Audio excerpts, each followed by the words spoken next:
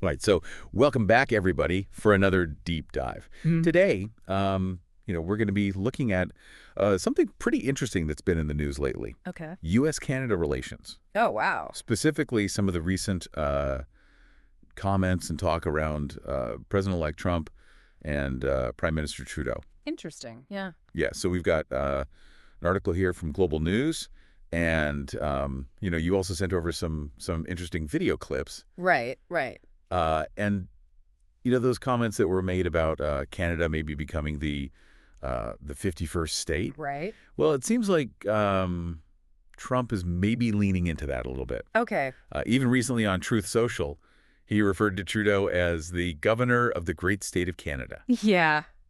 I think that's a perfect illustration of Trump's style, right? He throws out these really attention-grabbing statements. Right. Sometimes they're humorous, sometimes they're not. Yeah. And it keeps everyone guessing what his true intentions are. Is it just a way to appeal to a certain audience? Or is it a tactic to actually put pressure on Canada? It's fascinating. It really is. And this governor comment came up after their dinner at Mar-a-Lago. Oh, wow. Which makes it even more intriguing. Yeah. But then the article goes on to talk about this possible 25% tariff on Canadian goods. Oh, wow. That's not exactly a laughing matter, is it? No, not at all. A tariff of that magnitude could have a significant impact, on both sides of the border. Right. We could see price increases in the U.S. on essential goods like oil, aluminum. Right.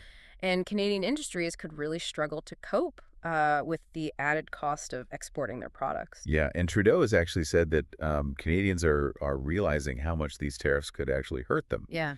And he's also warned about potential retaliation. Oh, interesting. So is this just tough talk, or do you think he's seriously considering following through with that? Well, we have a precedent here. Remember the 2018 trade dispute? Canada strategically targeted U.S. goods with tariffs of their own. Right. Bourbon, Harley-Davidsons. Oh, okay. They aimed for products that would hit certain political demographics, putting the pressure, right where it would be felt. So hitting them in the wallet, but with the political edge. Exactly. Yeah, that does sound like something that they could, take from their own playbook. Yeah. But what I thought was interesting is that Trudeau's also telling Canadians not to panic. Okay. He seems to be hinting that, while Trump might mean what he says, he also kind of likes to stir the pot a little bit. Right. Keep people on their toes. And I think that's the key to understanding, this political rhetoric, right? Okay. It's rarely black and white. Right. There are always layers of meaning. Right. And different audiences are going to interpret things in different ways. Of course. You have to look at the context, the timing, the delivery. It's like deciphering a code. Yeah. It really is. And speaking of different interpretations, those video clips that you sent really highlight that. Okay. So let's listen to Canadian Transport Minister Anita Anand. Okay. She seems to suggest that Trump isn't taking Trudeau very seriously. Yeah. But then you have Health Minister Mark Holland urging a more calculated, careful response. Yeah. It's like they're seeing the situation through completely different lenses. Yeah.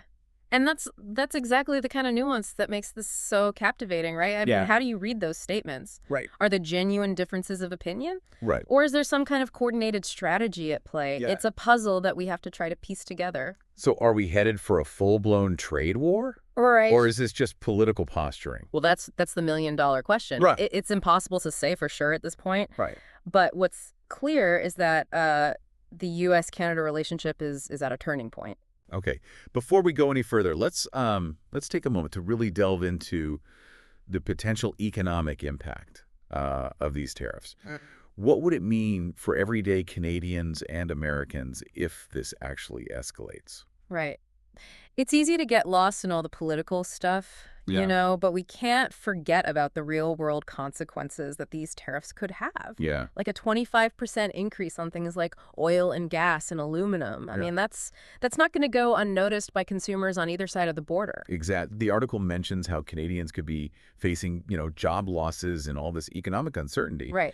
But on the U.S. side, think about it. The rising cost of fuel, building materials, Yeah. all sorts of things that would impact daily life. Right. Could this even lead to some sort of like inflationary spiral? It's certainly a concern, and it wouldn't just be those, directly affected industries. We Yeah. would see ripple effects throughout both economies. Think Yeah. about things like transportation costs rising because of higher fuel prices. Right. Impacting everything, from food to retail goods. Yeah. And if businesses can't absorb those costs, Right. well, they're going to have to pass them on to the consumer. Yeah, it's almost like a domino effect. Right. One price increase is going to trigger another. Exactly. And that makes Trudeau's warning about retaliation even more significant. Yeah. I mean, he wouldn't want to risk further harm to the Canadian economy. Right. But he also can't appear weak Right. when faced with these threats. So what options does he really have? Well, we can look to history for some clues. Okay. As we discussed, the 2018 tariffs showed that Canada is willing to use targeted retaliation. Right. And remember the example from the article how they went after yogurt from Wisconsin? Oh, right. The home state of the then Republican House Speaker Paul Ryan? Right. That wasn't just about economics. Right. That was a calculated political move. So it's like they're saying, we can play this game too, Yeah. but they're being strategic about it, Right. choosing products that will send a message, but also minimize the damage to their own economy. Exactly. It's like a high-stakes game of chess. It really is. Absolutely. And it's not just about, picking the right products to target. It's about the timing, the messaging, Right. understanding the internal political pressures in the U.S. Right.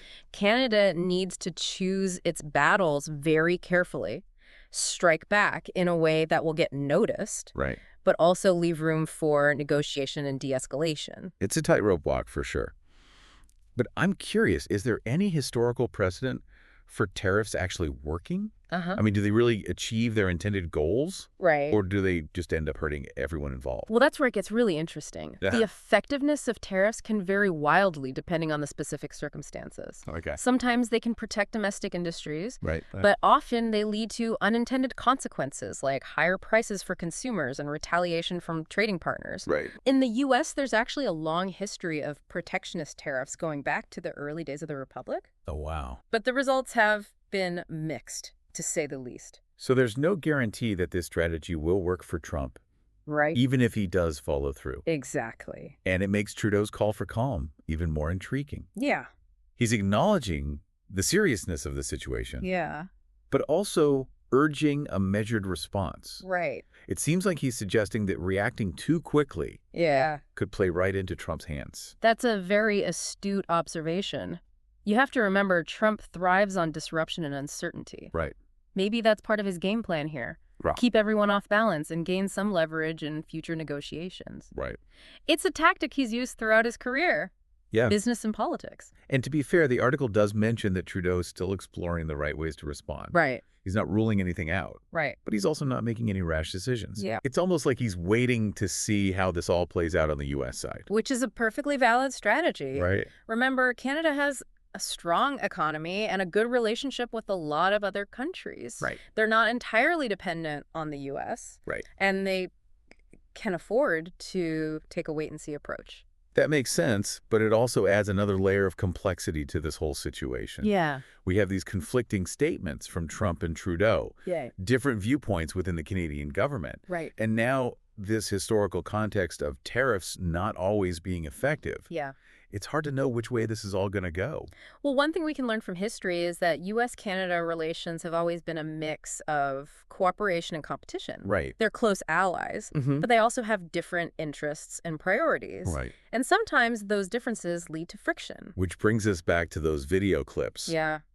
The contrasting views expressed by Minister Anand and Minister Holland Right. really underscore those different perspectives. Okay.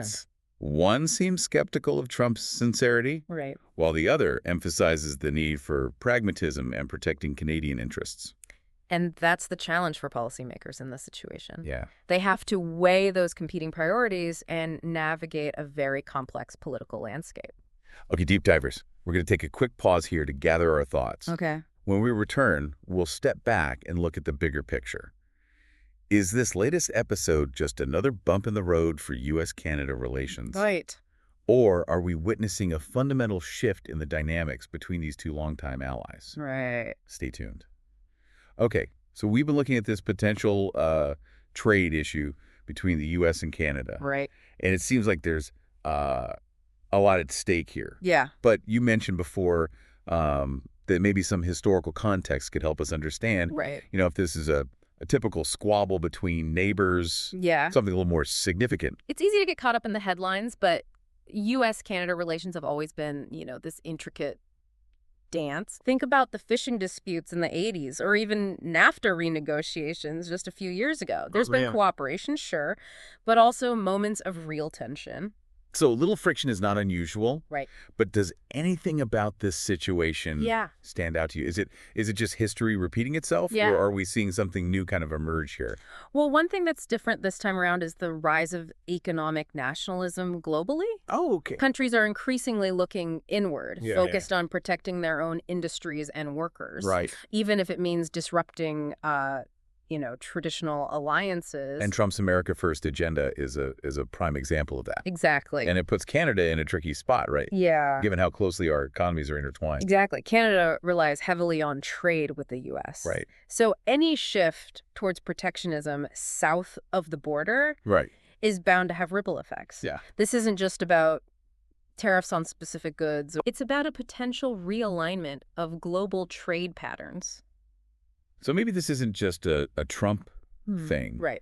but a broader trend Right. that Canada really needs to adapt to. Yeah, it could be. It makes Trudeau's careful approach even more understandable. Right. He can appear weak, Right.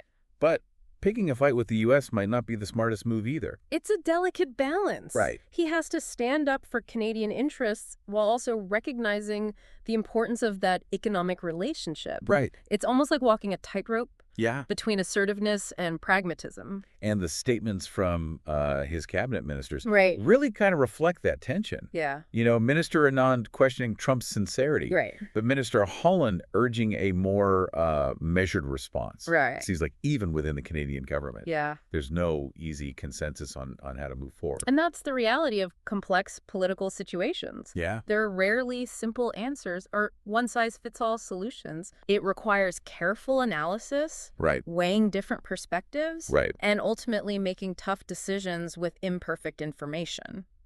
So if we're trying to figure out where all this is headed, Right. what should we be paying attention to? Okay. What are the key indicators that will tell us Yeah. if this is, a temporary spat Right. or the start of something a little bit more lasting? Well, keep an eye on how the tariff issue plays out, of course. Right. Does Trump follow through with his threats? Right. Does Canada retaliate? Right. And if so, how? Okay. But even beyond that, look at the broader trends. Got it. Is this economic nationalism we're seeing Right. gaining momentum globally? Right. Are other trade disputes emerging? Okay. The answers to those questions will offer some clues about the future of U.S.-Canada It relations. sounds like the advice is stay informed. Right. Be prepared for the unexpected. And maybe even brush up on our game theory, Exactly. given the strategic maneuvering going on here. International relations are rarely static. There's always a push and pull and negotiation of interests and priorities. Right. And as we've seen today, even seemingly straightforward issues like tariffs Right. can have far-reaching implications. Well, listeners, that wraps up our deep dive into this fascinating and complex situation. Right. We've analyzed the potential impact of tariffs, Yeah.